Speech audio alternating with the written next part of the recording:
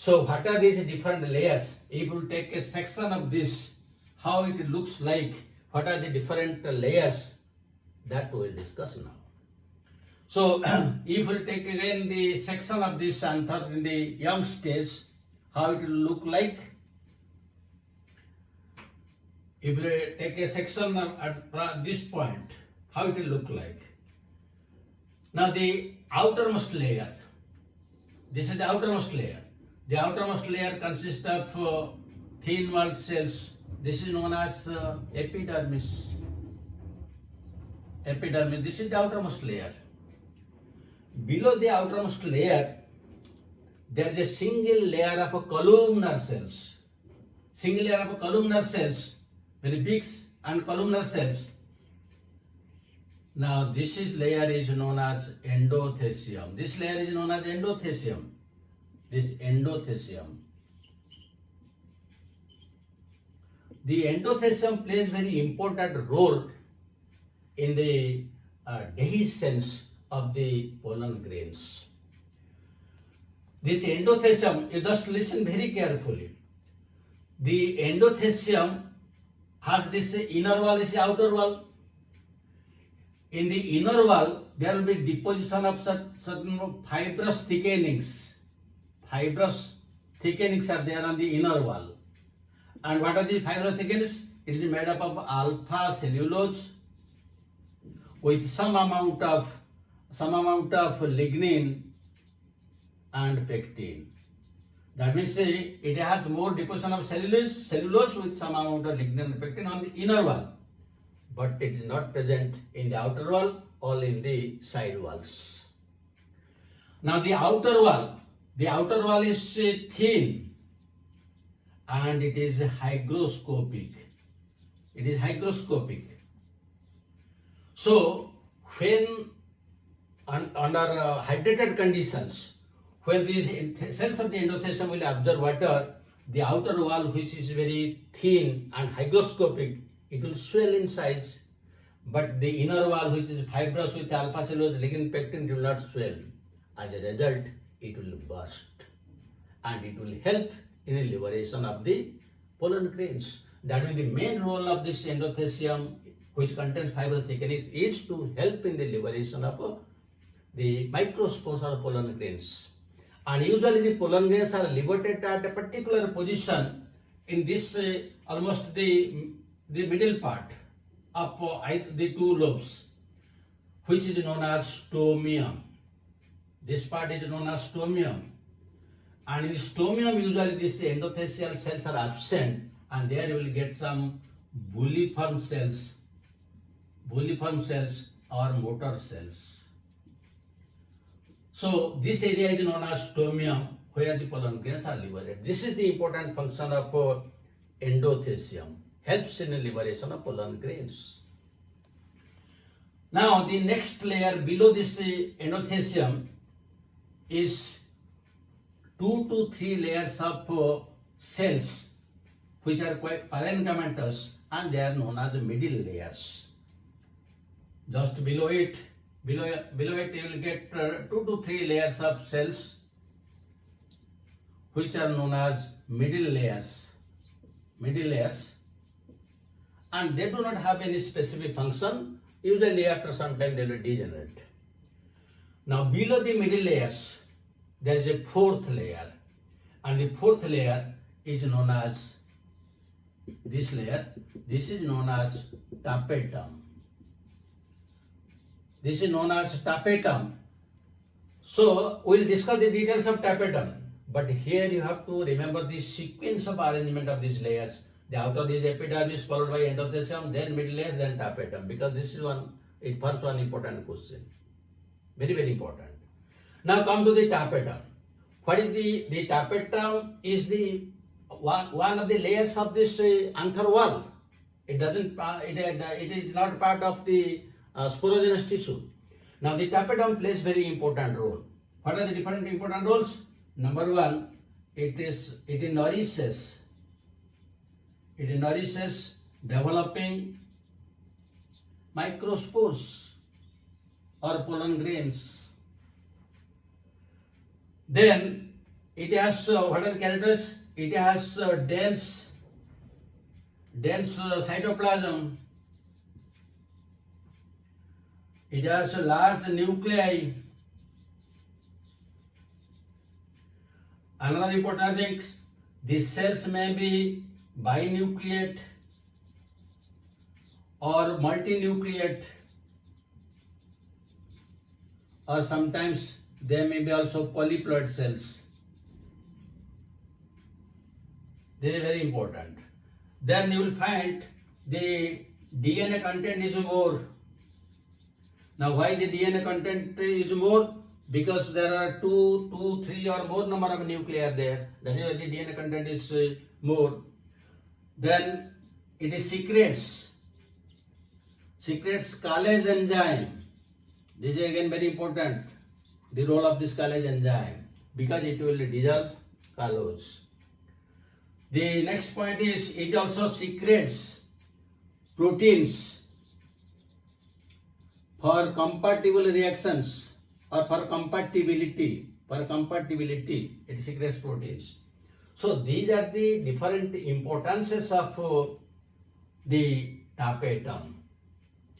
It has dense cytoplasm, large nuclei, and the cells may be binucleate or multinucleate, have more DNA content. It secretes callase enzyme as well as proteins for compatibility reactions, and it nourishes the developing microspores. Now this tapetum is again of two types.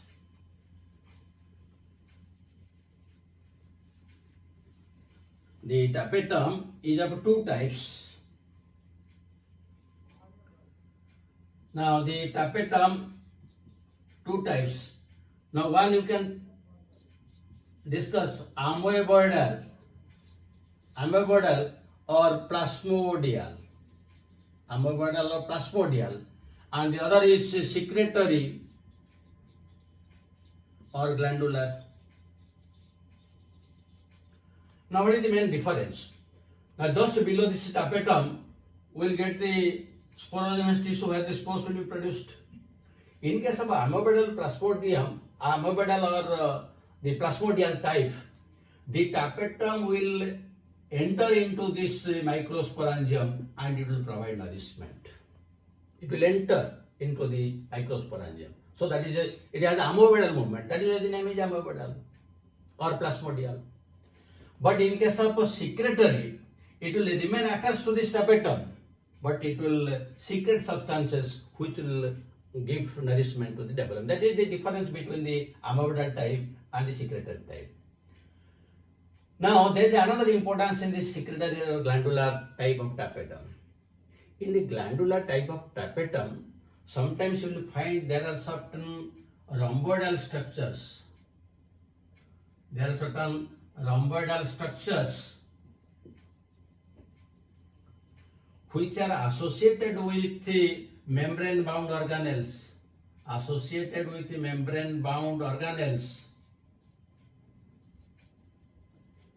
And these are known as ubisch bodies. Again important. These are known as ubisch bodies. Now what is the importance of these ubisch bodies?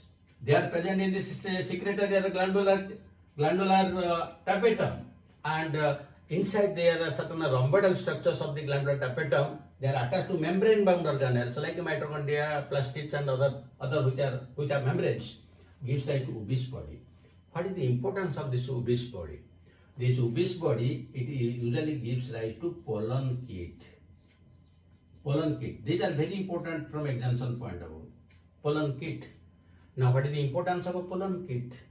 The pollenkit is one yellow oily layer present around insect pollinated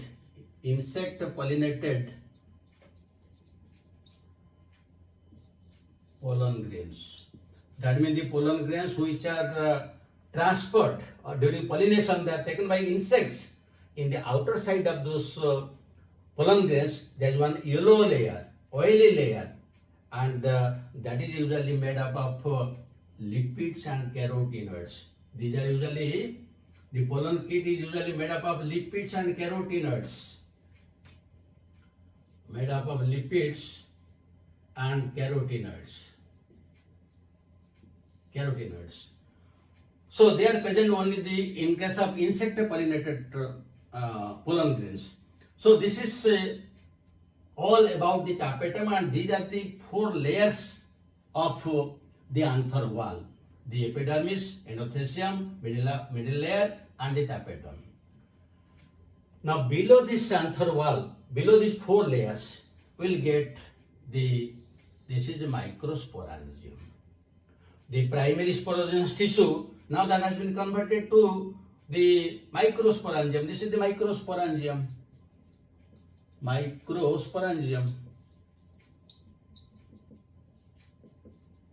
Now inside the microsporangium, some cells are very tightly packed, and these are known as sporogenous cells.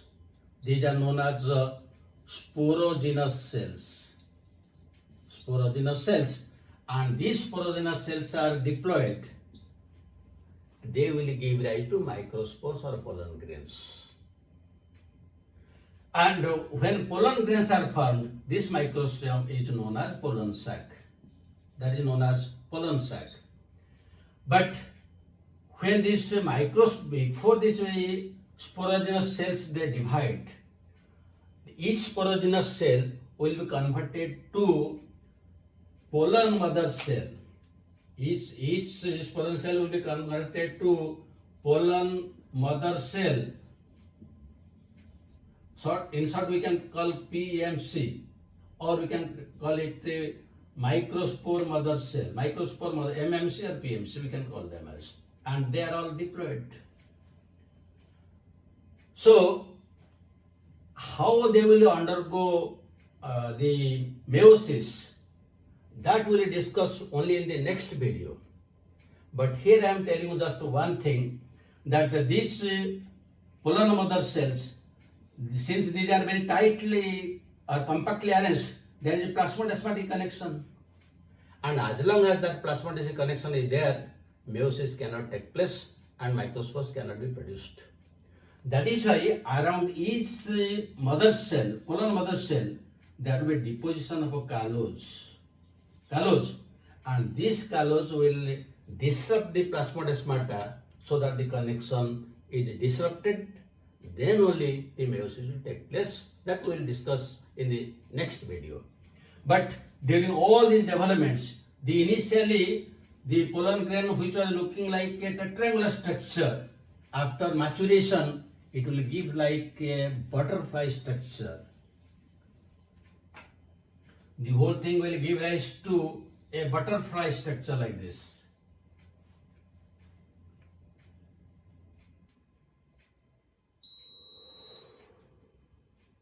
The whole thing during maturation will give rise a butterfly-like structure. This is one lobe having 2 theca. This is one theca, this is one theca. And this is one lobe, and these are the 2 thecas. And here this is the connective.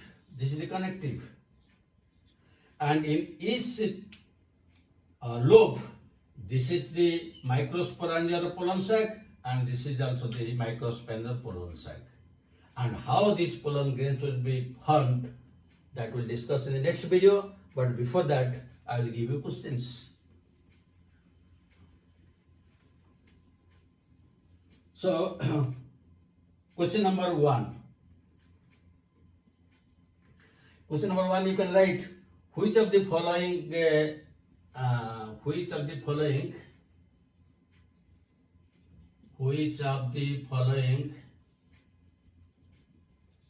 has multinucleate cells. So A choice epidermis, B choice endothecium, C choice tapetum, and D choice you can write the sporangium. I can write directly microsporangium. Now come to the second question. Which you can write